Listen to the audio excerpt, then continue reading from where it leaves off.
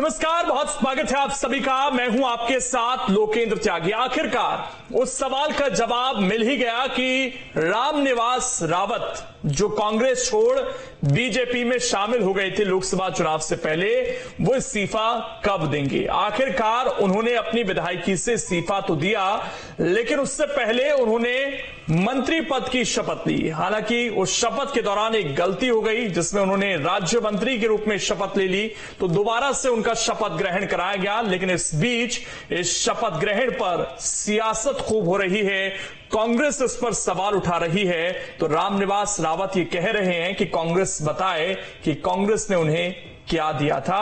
आज इसी पर करेंगे चर्चा, कुछ खास मेहमान भी जुड़ेंगे, लेकिन उससे पहले आज की रिपोर्ट आपको दिखाते हैं।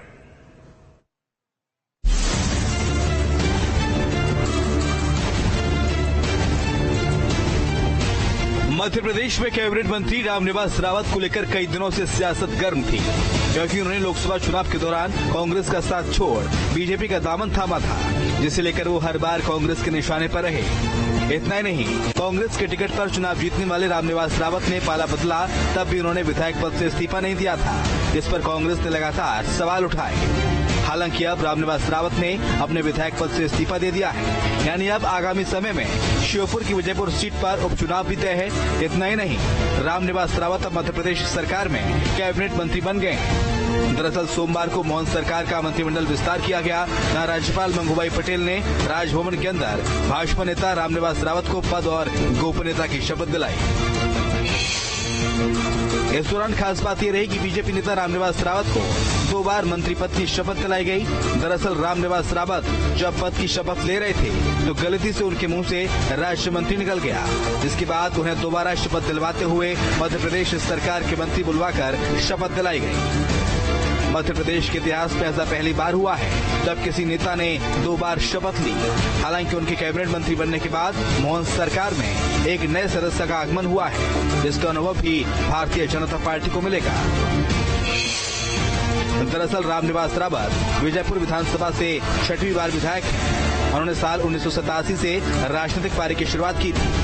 1990 से 1993 तक प्रदेश युवा कांग्रेस के उपाध्यक्ष रहे। 1993 से 98 तक राज्य मंत्री और 98 में मंत्री रहे। 2002 से 2008 तक प्रदेश कांग्रेस कमेटी के महामंत्री रहे। 2013 में 5वीं बार विधानसभा सदस्य चुने गए। 2018 में चुनाव हारे। 2023 में फिर 6वीं बार विधायक बने। रामनिवास रावत को मंत्री बनाने से भाजपा ग्वालियर चंबल में मजबूत होगी। रावत ओबीसी समुदाय के बड़ा चेहरा माने जाते हैं। कांग्रेस के तेज तर्रार नेताओं में उनकी गिनती होती थी। अब इसका फायदा भी भारतीय जनता पार्टी को पूरे अंचल में मिलेगा। शिक्षा, स्वास्थ्य, सिंचाई, रोजगार और कनेक्टिविटी, चंबल अंचल की मैं सेवा लगातार करता रहूंगा। उनका मैं ऋणी हूँ पूरे चंबल अंचल का, अपने क्षेत्र के लोगों का जितनी भी सेवा करूं कम है। साफ है, रामनिवास रावत ने 30 अप्रैल को पूर्व मंत्री नरोत्तम मिश्रा की मौजूदगी में बीजेपी की सदस्यता ली थी। अब वो मोहन सरकार में कैबिनेट मंत्री बन गए हैं। हालांकि इस बीच उन्होंने कांग्रेस विधायक के तौर पर मध्य प्रदेश विधानसभा से इस्तीफा दे दिया है। इसके बाद अब उनकी विधानसभा सीट पर भी उपचुनाव कराया जाएगा। Team news state. और इसी पर चर्चा करने के लिए 2 खास मेहमान इस वक्त हमारे साथ जुड़ गए हैं। दिनेश गुप्ता जी हैं, वरिष्ठ पत्रकार हैं, और गुलरेज शेख जी हैं, प्रवक्ता हैं बीजेपी के। बहुत स्वागत है आप दोनों का। गुलरेज जी, मध्य प्रदेश अजब है, मध्य प्रदेश गजब है, और यहां तो देखने को मिल गया कि एक कांग्रेस पार्टी का विधायक मंत्रिमंडल में शामिल हो गया। अब ये जो मंत्रिमंडल में वो शामिल हुए, अब भी यारी दोस्ती में शामिल हुए जैसे उन्होंने एक समय सदस्यता ली थी, या वो ऑफिशियली बीजेपी के हो गए? देखिए, एक बात स्पष्ट है कि पीपल्स रिप्रेजेंटेशन एक्ट है, वो कहता है कि कोई भी व्यक्ति 6 महीने तक, यहां तक कि किसी हाउस का अगर मेंबर नहीं हो तो भी मिनिस्टर रह सकता है। और जहां तक रामनिवास रावत जी की बात है, वो आज के समय हमारे वरिष्ठ नेता हैं, ये बात जगह जाहिर है, तो इसमें विषय क्या है? विषय तो यह है कि वो विधायक कांग्रेस के थे, इस्तीफा बाद में दिया उन्होंने। ठीक है ना, मैं आपका कह रहा हूं कि विधायक हो या विधायक ना हो, तो मैंने तो सवाल ही नहीं पूछा सर वो मंत्री क्यों बन गए, इसको लेकर किसने सवाल उठाया? सवाल तो इस बात को लेकर था कि वो क्या इस चीज की गारंटी ले रहे थे कि मंत्री बनूंगा तभी मैं इस्तीफा दूंगा। ये भारतीय जनता पार्टी है जो गुण दोष के आधार पर किसी को मंत्री भी बनाती है, किसी को एक्सेप्ट भी करती है, किसी को प्रमोट भी करती है। और कभी भी जब हम राजनीतिक बात करते हैं तो उसमें मोलभाव नहीं होता, और ना रावत जी ने किसी प्रकार की ऐसी कंडीशन रखी थी। उनको भारतीय जनता पार्टी में एंट्री इसीलिए दी गई क्योंकि उनमें गुण थे। आप ये बताइए कितने लंबे राजनीतिक जीवन में उनके ऊपर कोई लांछन नहीं लगा, कोई दाग नहीं लगा। इसके विपरीत मैं आपको कहूंगा कि इनसे भी बड़े कद के दो नेता थे कांग्रेस पार्टी के, जो हमारे दर पे आए थे। हमने दरवाजा बंद करके कुंडी लगा दी। क्यों लगा दी? क्योंकि उनमें दोष थे। तो अगर किसी में गुण होता है, चाहे वो रामनिवास रावत हो, चाहे सुरेश पचौरी हो, तो उनको एक्सेप्ट किया जाता है। उनका नहीं, मैं आपने कहा कि कोई इन लोगों की निष्ठा है, मैं मानता हूं पार्टी की तरफ, बीजेपी की तरफ इनके विचार जा गए। हालांकि इनके कुछ पुराने बयान भी हैं आरएसएस को लेकर, वो भी सोशल मीडिया पर काफी वायरल हुए जब वो बीजेपी में आए। लेकिन अभी एक और विधायक हैं, हालांकि आज मुद्दा क्योंकि रामनिवास रावत का, लेकिन फिर भी अगर इतनी निष्ठा है तो निर्मला सप्रे किस चीज का इंतजार कर रही हैं? उनसे कोई मोलभाव नहीं हो रहा होगा? नहीं, कोई किसी से कोई मोलभाव नहीं होता।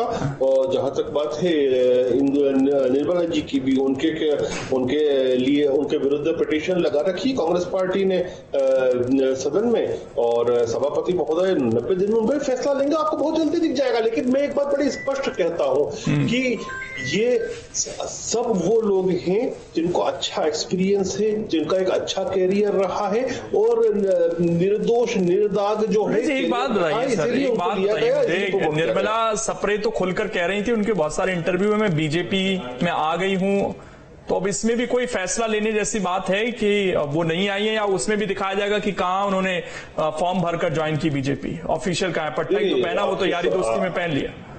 आपके सवाल में ही आपका जवाब है। आपने कहा ना कि इंटरव्यू में कह चुकी है, बचता क्या है? हाँ, तो फिर किस चीज का इंतजार है? फिर इस्तीफा देने से क्यों गुरेज है? हो जाएगा वो भी।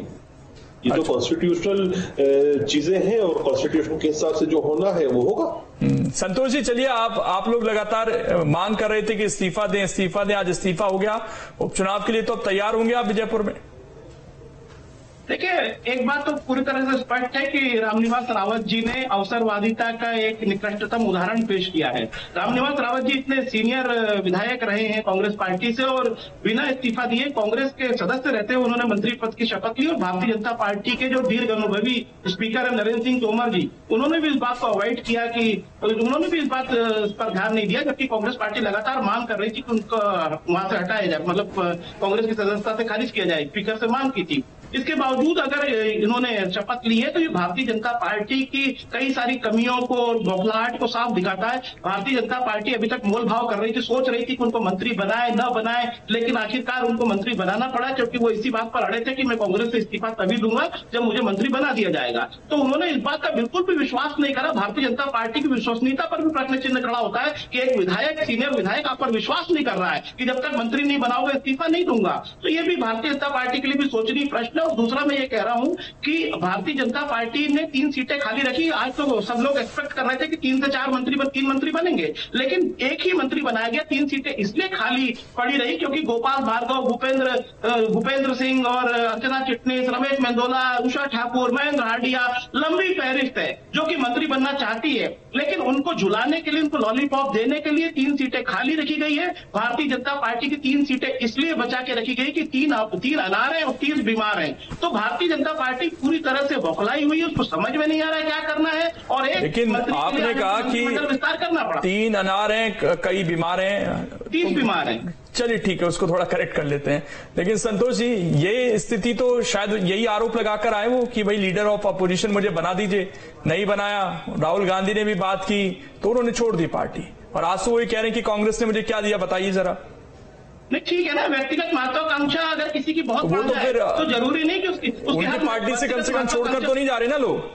नहीं, ये विचार नहीं है तो कांग्रेस के लिए भी फिर हो जाता है। देखिए, व्यक्तिगत महत्वाकांक्षाओं के चलते बहुत लोग पहले भी छोड़कर गए हैं, और व्यक्तिगत महत्वाकांक्षाएं यदि बहुत ज्यादा हो जाती हैं, हद से ज्यादा हावी हो जाती हैं, तो कोई भी पार्टी छोड़ सकता है, ऐसी कोई बात नहीं। मैं ये कह रहा हूं कि अगर रामनिवास रावत जी ने इस आधार पर छोड़ दिया तो वो क्या आदिवासियों पर हमला कर रहे थे कि उमंग सिंगार हमने एक आदिवासी चेहरे को बना दिया तो आदिवासियों को हमें नहीं बनाना था। हमने अगर एक आदिवासी चेहरे का चयन किया है और एक पिछड़ा चेहरे का चयन किया प्रदेश अध्यक्ष के रूप में, तो रामनिवास रावत जी की बात मान के हम अपने जो भी संतुलन है वर्गों के उनको बिगाड़ दें, तो ये तो बहुत सारे प्रश्न खड़े हो सकते हैं। अगर रामनिवास रावत को हम बना देते तो कहते हैं कि आदिवासी का चयन नहीं किया, तो ये तो किंतु परंतु ऐसा न होता तो वैसा होता, ऐसे तो कई प्रकार की बातें भारतीय जनता पार्टी के उसमें भी ऐसी बातें खड़ी होती है। हम ये पूछना चाहते हैं कमलेश शाह को क्यों नहीं मंत्री बनाया गया? उन्होंने भी भारतीय जनता पार्टी ज्वाइन कर ली कांग्रेस छोड़ के। निर्मला सप्रे को क्यों नहीं बनाया गया? इतने सारे जो मंत्री इन वेटिंग है उनको क्यों नहीं बनाया गया?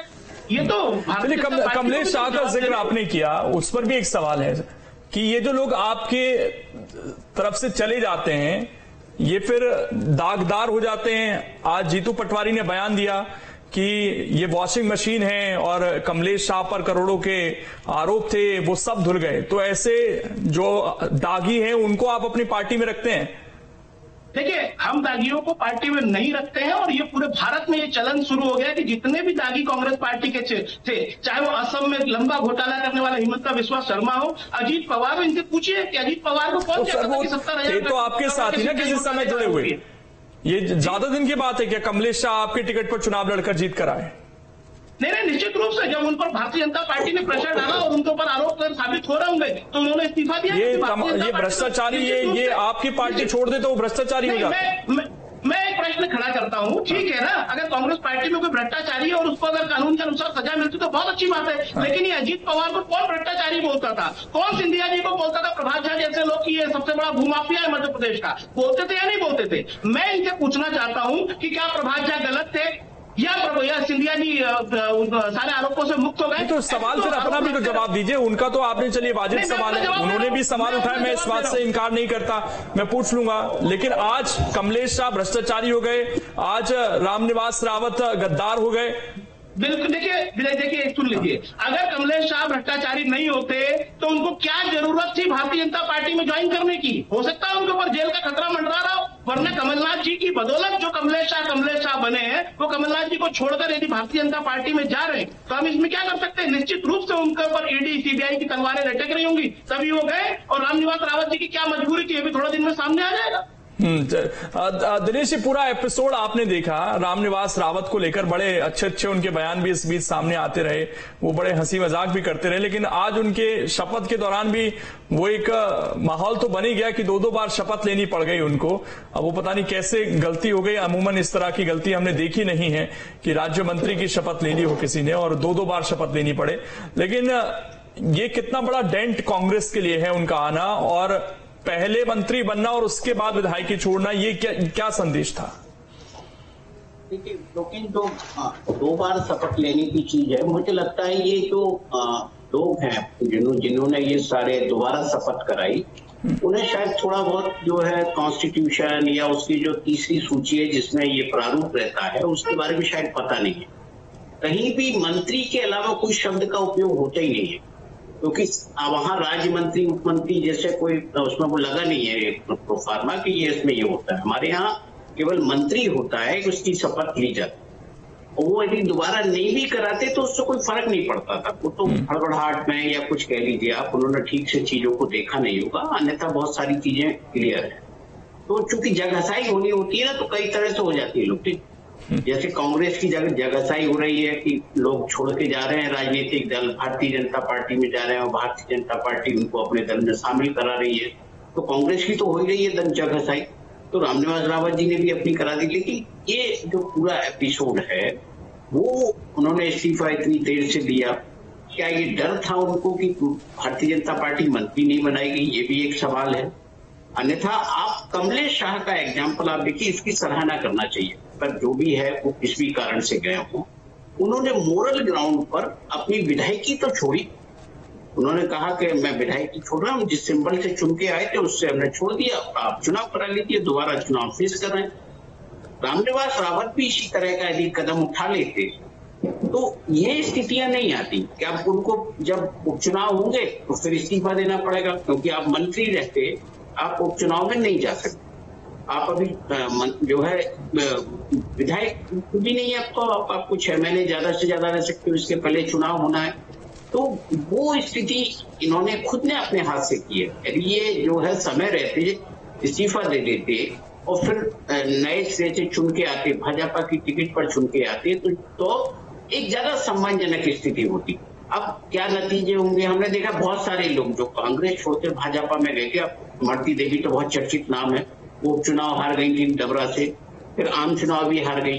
तो कोई जरूरी थोड़ी है कि जनता आपको कांग्रेस पे चुन लिया है तो भारतीय जनता पार्टी में भी चुन ले। बहुत सारे कारण है, रावत जी की बहुत सारी मजबूरियां हैं, वहां का इक्वेशन किस तरह का है कि वो कांग्रेस की टिकट पे जीत गए थे, लेकिन 2018 में एक भाजपा ने आदिवासी कैंडिडेट दिया तो हार गए। तो बहुत सारी चीजें हैं, जब वो मैदान में जाएंगे तो और भी बहुत सारी दिलचस्प चीजें सामने आएंगी कि वो क्यों गए थे, क्या हुआ था। क्योंकि कांग्रेस के पास तो फ्री हैंड है, यदि वो दागदार है तो कांग्रेस कोर्ट जा सकती है, उन पर कोई भी एक जो है PIL तो लगाई सकती है। जिन भी लोगों पर ये होता है कि वो दागदार हैं, तो कांग्रेस क्यों नहीं एफर्ट करती कि उनका जो मामला है उसको एक्टिवेट कराए? उनको भी करना चाहिए। लेकिन ये जो प्रैक्टिस है, जो भाजपा कार्डर बेस्ड पार्टी कहलाती, उसे जो है दूसरे दलों के लोगों को लाके मंत्री बनाना पड़ रहा है। आप देख लें 32 मंत्री हैं टोटल आज रामनिवास रावत को मिला के, और उसमें 6 मंत्री लोकेन जी कांग्रेस से आए हुए लोग। तो इससे आप अंदाजा लगाइए ना, जो भाजपा का मूल कार्यकर्ता है, मूल नेता है, जो सालों से चुनाव जीतता रहा, भाजपा की टिकट पर जीतता रहा, उसको आपने बाहर कर दिया। तो ये भी एक अब आने वाले दिनों में भाजपा के भीतर इस पर भी तो असंतोष होने वाला है ना, कि आप क्यों लेना चाहते हैं ऐसे लोग जो दल छोड़कर आ रहे हैं? क्या आपको अपने दल के विधायक पे भरोसा नहीं है? क्या वो चुनाव जीत कर नहीं आया? और रामनिवास रावत जब नहीं आए थे तब भी तो भारतीय जनता पार्टी 2019 का लोकसभा चुनाव जीती थी, 2014 का लोकसभा चुनाव मुरैना में जीती थी। रामनिवास रावत तो खुद हारे थे। तो फिर किस चीज का इनाम वो दे रहे हैं कि केवल आपने दल छोड़ दिया इसका इनाम दे रहे हैं? ये बात भारतीय जनता पार्टी के भीतर विधायकों के बीच है। ये इसका रिएक्शन किस रूप में सामने आता है, मुझे लगता है कि ये जब इस बात पर डिस्कशन होगा किसी ना किसी रूप में ये बाहर जरूर आएगा। वो ज्यादा दिन की बात नहीं है। बिल्कुल ये सवाल है गुलरेजी की ये पूरी जो एक्सरसाइज लोकसभा चुनाव के दौरान की गई कि नरोत्तम मिश्रा उस कमेटी के हेड बना दिए गए, जो न्यू ज्वाइनिंग हो रही थी, इतने सारे लोगों को पार्टी में लाना, अब वो विचारधारा से कितने मैच करते हैं, उनके पुराने बयान क्या हैं, और जबकि आप अच्छे खासे मैंडेट के साथ विधानसभा जीत कर आए थे कुछ समय पहले, उसके बावजूद लोगों को आप लेकर आए। और फिर क्या ग्राउंड है? क्या आप तो कहते हैं ना कि अगर किसी को कोई बड़ा पद चाहिए तो बीजेपी में सीधे नहीं मिलता है, पहले उसको बीजेपी के कार्डर बेस्ड पार्टी होने के नाते काम करना पड़ता है।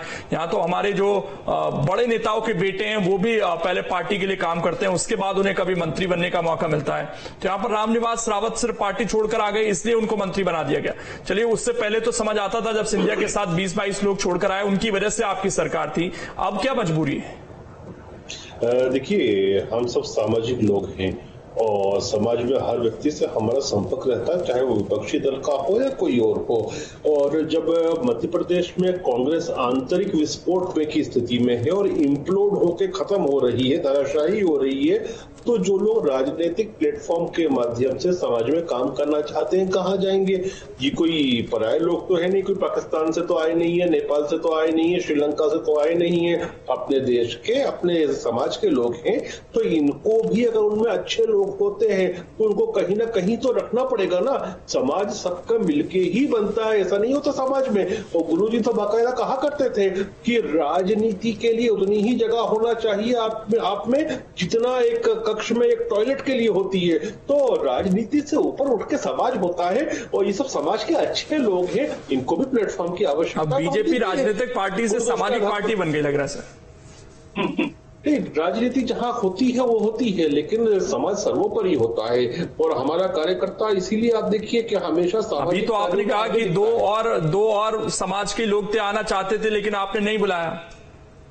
मैंने बोला ना आपको शुरुआत में कहा कि नहीं, वो भी तो समाज के लोग हैं ना, फिर वो भी चाहते हैं कि हम भी कुछ अच्छा करें। हमारे जो अब आ रहे हैं उनकी विचारधारा भी आपसे पहले मैच नहीं करती थी, लेकिन वो अब उस विचारधारा के साथ मैच करने के लिए तैयार हैं, तो शायद वो भी हो जाते हैं।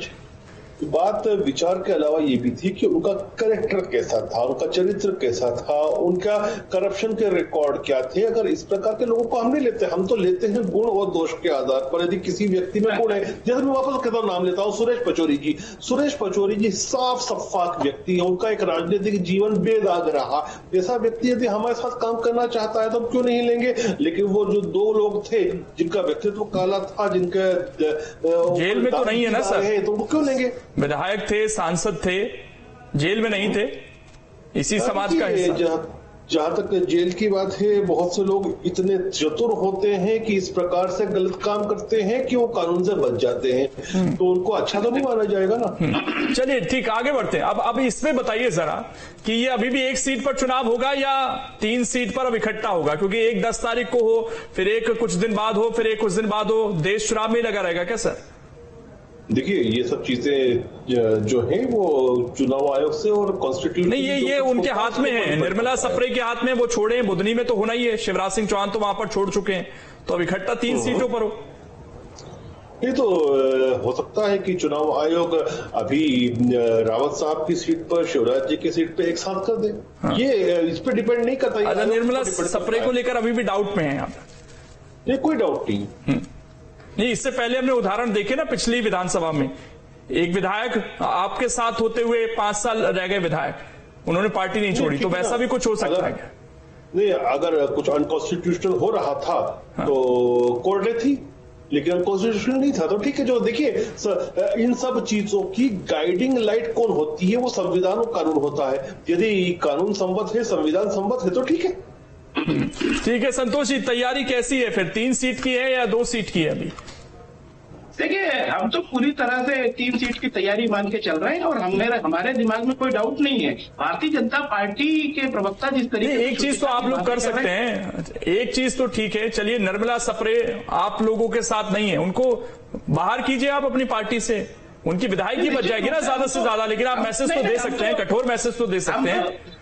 जी, हम तो रामनिवास रावत जी की भी विधायकी बाहर करवाने के लिए गए थे, लेकिन स्पीकर साहब ने हमारी बात सुने बिना पहले उनकी शपथ करवा दी। तो भारतीय जनता पार्टी जिस प्रकार से डरी हुई है, और अभी सुचिता की बातें कर रहे थे गुलरेज भाई बड़ी कि हम तो गुण दोष के आधार पर लेते हैं, ऐसे लेते हैं, वैसे लेते हैं। मैं समझता हूँ येदियुरप्पा, अजीत पवार, हिमंता बिस्वा शर्मा की पार्टी के लोगों को ये कहना शोभा नहीं देता कि हम सुचिता के आधार पर लेते हैं, गुण दोष के आधार पर लेते हैं। ये तो भारतीय जनता पार्टी की उपयोगिता का सिद्धांत है, जब जैसा उपयोगी लगता है वो वैसा कर लेते हैं। उनको इस बात से कोई मतलब नहीं कि कौन कितना भ्रष्टाचारी है। दूसरा, मैं ये कह रहा था कि अभी जिस प्रकार से रामनिवास रावत जी ने शपथ ली, तो मैंने जो अपने बयान के शुरू में कहा कि 3 सीटों के लिए जो 3 अनार है उसके पीछे 30 बीमार है, ये बिल्कुल 100% सही है। क्योंकि आज जब मैं मीडिया के मित्रों से दिन भर बात कर रहा था तो मुझे ये फीडबैक लगातार आ रहा है कि भारतीय जनता पार्टी में जबरदस्त एक आंतरिक कलह मची हुई, विस्फोट मचा हुआ है कि रामनिवास रावत की आखिर ऐसी कौन सी उपयोगिता थी, किस आधार पर बाकी की वरिष्ठताओं को दरकिनार किया गया है। अगर 6 बार के विधायक के आधार पर लिया गया तो ऐसे कई वरिष्ठ विधायक हैं, गोपाल भार्गव है, चाहे भूपेंद्र सिंह जी हैं, रमेश मेंदोला है, तमाम सीनियर विधायक है जो लगातार जीतते आ रहे हैं, जो पार्टी के प्रति निष्ठावान है। तो भारतीय जनता पार्टी को अपनी आंतरिक कलह से बचना है। कांग्रेस में यदि रामनिवास रावत छोड़ के गए तो हम तो ये मानते हैं कि वो अगले इमरती देवी सिद्ध होंगे, चाहे कमलेश शाह हो, चाहे रामनिवास रावत हो। वो चुनाव लड़के तो देखे अपनी सीट से। इमरती देवी भी 54,000 से जीत कर आई, 54,000 से जीत कर आई थी अपनी सीट, लेकिन एक नए नवेले कैंडिडेट सुरेश राजे जी ने उनको हरा दिया, एक बार नहीं 2 बार हरा दिया। तो रामनिवास रावत जी को अपनी सीट बचाने की चिंता करनी चाहिए, कमलेश शाह को सीट बचाने की चिंता करनी चाहिए, और निर्मला सप्रे को। अब भारतीय जनता पार्टी अपना साम दाम दंड भेद जिसके लिए वो कुख्यात है, वो सब इकट्ठा करके कोशिश भी करेगी। तो मुझे लगता है जनता इसका करारा जवाब देगी, क्योंकि रामनिवास रावत के पास कोई ठोस कारण नहीं है जाने के लिए। ठीक है दिनेश जी, एक चीज बताइए जरा, ग्वालियर चंबल संभाग को थोड़ा डिकोड करने की कोशिश करें तो ऐसा लगता है कि यहाँ तो अब बीजेपी के जो पुरानी लीडरशिप हुआ करती थी, प्रभात झा हुआ करते थे, जयभान सिंह पवैया हुआ करते थे, उनकी जगह तो अब ऐसा लग रहा है कि एक एक कर सारे कांग्रेस ही ना हो जाए। और कांग्रेस एक तरफ ये, बीजेपी एक तरफ ये कहती है कि हम नए लोगों को मौका देंगे, लेकिन जो पुराने लोग हैं कांग्रेस के, उनको भी किसी तरह एडजस्ट करने की कोशिश कर रही है, चाहे अपने पुराने क्यों ना नाराज हो जाए। बहुत सारे लोग हैं लेकिन जो अपने ही उनके नाराज हौसला। आप जयभान सिंह पवैया बोलते नहीं है, लेकिन उनकी कशिश तो उनको रहती है। वो उनको टिकट नहीं मिल पाया ग्वालियर से, उनकी इच्छा थी कि वो टिकट वहां चुनाव लड़े। आप मुरैना में भी देखिए कि नरेंद्र सिंह तोमर ने अपने सपोर्टर को दिलाया, ग्वालियर में भी उन्हीं के सपोर्टर थे, भिंड में भी उन्हीं के सपोर्टर थे। वहां बहुत सारे जो नेता थे, कद्दावर नेता, कहीं ना कहीं वो गुटबाजी का शिकार होकर ही तो घरों में बैठे हुए ना, उनमें नाराजगी है। लेकिन अब चूंकि नई लीडरशिप है, नए मिजाज के लोग हैं, नई तरह से भारतीय जनता पार्टी चल रही है, इसमें काडर के बजाय दल बदल कर आए, नॉन काडर के लोग ज्यादा प्रभावी होते जा रहे हैं। तो ऐसे में उन लोगों को भी लग रहा है कि अब पार्टी से बहुत ज्यादा अपेक्षा करना नहीं चाहिए, क्योंकि वो सब मौके का इंतजार कर रहे हैं। अभी कहीं ना कहीं स्थितियां ऐसी है कि कोई ऐसा आदमी तो है नहीं जो बातों को सुन ले, नाराजगी को सुन ले, लोगों को बैठ के जिसकी जो उपयोगिता है उस पर बात कर ले। अटल अडवाणी जी वाला दौर तो है नहीं। यदि अटल जी को छोटा था तो अडवाणी जी के पास चले जाते थे। मध्य प्रदेश में सुंदरलाल पटवा और कैलाश जोशी का दौर था, एक संतुलन बना हुआ था। अब यहाँ तो संतुलन है नहीं ना, वन साइडेड है। तो इसलिए आप देखिए ना कि एक विस्तारित कार्य समिति होती है, एक दिन की कार्य समिति होती है, इसमें कोई बात नहीं होती। नेता अपनी बात कहते हैं, कार्यकर्ता घर चला जाता है। अब उसका क्या संदेश है, किस तरह से होगा, आप कुछ नहीं कह सकते। वो पार्टी में जिसमें डिस्कशन होता था, जिसमें ग्राउंड लेवल की बात होती थी, वो सारी की सारी चीजें अब है नहीं। ये कार्य समिति तो वो मंच होता है ना जहां आप ज्यादा से ज्यादा बात करते हैं। तो पार्टी के लिए अभी आप कैसे भी जीत रहे हैं, कांग्रेस की कमजोरियों से जीत रहे हैं, कांग्रेस के लोगों को लेकर जीत रहे हैं, ये सिलसिला हमेशा नहीं चलेगा। क्योंकि विधानसभा में जो 40% वोट है वो जाना कहीं नहीं है कांग्रेस का, क्योंकि बाइपोलर पॉलिटिक्स है यहाँ भाजपा और कांग्रेस को ही। जल्दी से गुलरेज जी इस पर कुछ कहना चाह रहे हैं, आखिरी 30 सेकंड गुलरेज जी, और इसका भी जवाब दे दीजिएगा कि मंत्री तो बन गए, अब उनको विभाग कब मिलने वाला है? देखिए, मैं सबसे पहले तो कार्य समिति पे जवाब दूंगा, क्योंकि कल मैं उस कार्य समिति की बैठक में था और मीडिया के लिए जो चीजें नहीं होती हैं वो नहीं होती हैं। कार्य समिति में बृहद डिस्कशन हुआ सब चीजों पर, इंक्लूडिंग बजट के ऊपर हुआ और हमारे संगठनात्मक चीजों पर भी हुआ, लेकिन वो उस समय लाइव नहीं रखा क्योंकि वो बंद कमरों की बैठक होती है। जो लाइव होना था उस पर हम लोगों ने प्रेस कॉन्फ्रेंस की बाकायदा मीडिया विभाग ने। तो ये बात बिल्कुल गलत है। भारतीय जनता पार्टी में जो इंटरनल प्लेटफॉर्म होता है उस पर हर प्रकार की बात होती है और हर एक बिंदु पे चर्चा होती है। अच्छा चलिए, जिम्मेदारी कब मिलने वाली, जल्दी से? देखिए, ये तो मुख्यमंत्री जी का प्रेरोगेटिव है, उस पर मैं क्या कहूंगा। चलिए, बहुत शुक्रिया, आप तीनों हमारे साथ जुड़े हुए थे और चर्चा का हिस्सा बने। तो रामनिवास रावत आखिरकार मंत्री बन गए, उन्होंने इस्तीफा भी दे दिया। अब इंतजार इस चीज का रहेगा कि उन्हें विभाग कौन